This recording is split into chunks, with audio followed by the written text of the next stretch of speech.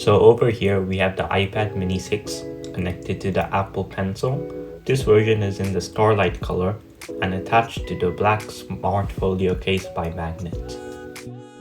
The special aspect of this compared to the other iPads is its size. The iPad mini has a screen size of 8.3 inches compared to the iPad Air, which has a screen size of 10.9 inches.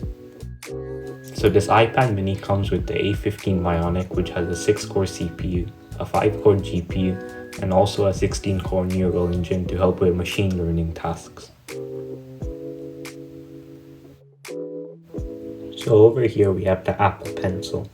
We can use this as a stylus for the iPad mini. As you can see here, I'm writing in the Notes app. I can double tap it to change to eraser, and double tap it back to change it to a pen. Also, I can swipe up from the bottom right and write a quick note. I can click on Done to save it. I can swipe up from the bottom left and take a screenshot and quickly write on it using the Apple Pencil.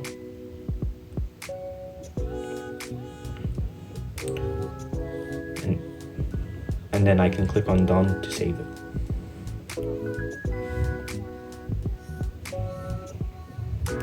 I can also attach this magnetically to the side of the iPad.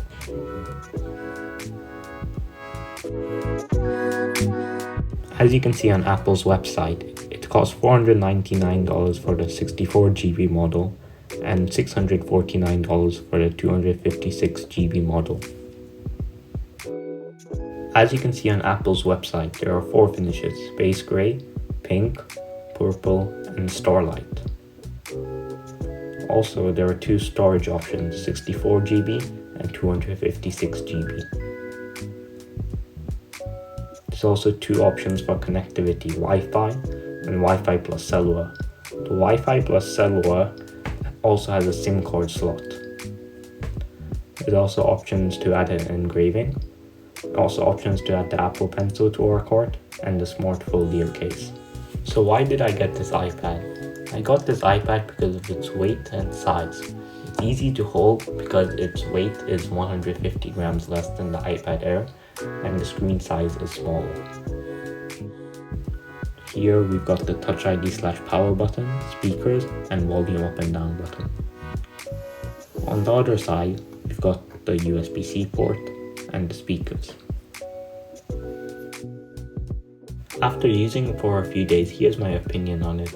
It's easy to carry around and doesn't feel heavy to hold like the iPad Air and the iPad Pro does. But the obvious disadvantage is the smaller screen, which makes it harder to multitask. Another thing I noticed about it is the speakers. It's really loud and also sounds really great.